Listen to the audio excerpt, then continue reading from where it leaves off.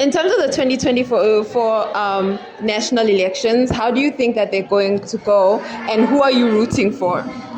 Personally, I think it's a personal question, but then in general, judging by the way things are happening, this elections really mean a lot to us. It's a point whereby we're willing to fight for the change, or we're gonna stay in the struggle that we are in now.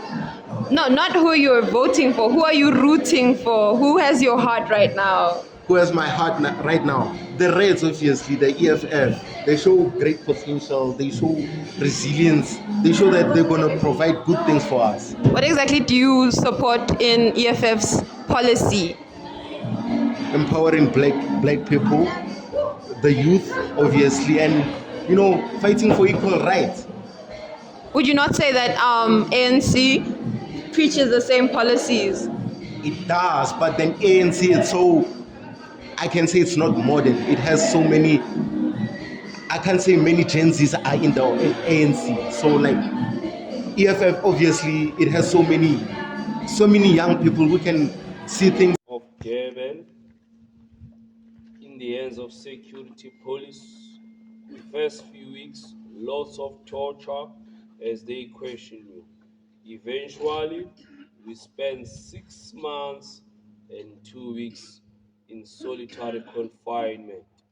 By the end of it all, one guy tortured to death, almost in our presence, because at that time we had just been taken out of solitary confinement, placed in a prison that was called Point Prison.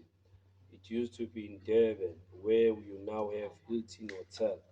There used to be Point Prison.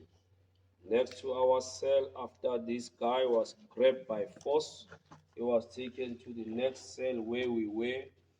The security police killed him.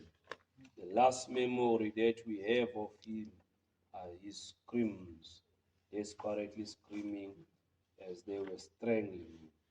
And then from there, of course, 2 days later, we appeared in court. The court case went on for a few months. December 84, we were sentenced. But the actual arrest, February 1984. This side, you will have some of the guys permanently staying here, some of them having been badly tortured by security police. By the time they were brought to the prison, physically in bad shape, others had been shot at, others being mauled by hand grenades and so on. So those guys were not in good shape. They will not even go out for prison work. But of course, there will be those that had natural illnesses. It's a prison. The medical care is not really a proper one. So things will get worse sometimes, and then they'll end up here. And then there were those that had serious mental problems for different reasons, maybe torture or staying for too long in solitary confinement, or this guy has been given a death sentence.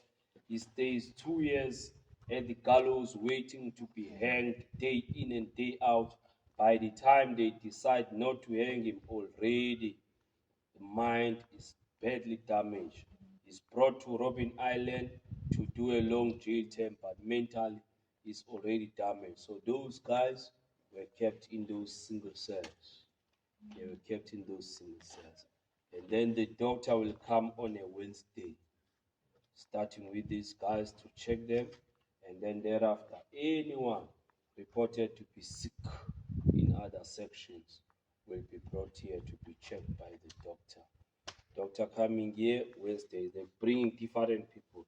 Some of the doctors very good, but others not really interested in our well-being. But we were happy to have those few that were really supportive, also pressurizing that we must get proper medical care. From here, we go to the communal cells of section D. There is more pictures there. more stories written on the walls as part of exhibition. But once you are there, you'll notice some of the exhibition is talking about Namibian political prisoners. And then the other exhibition is just general exhibition talking about all the prisoners. Namibians were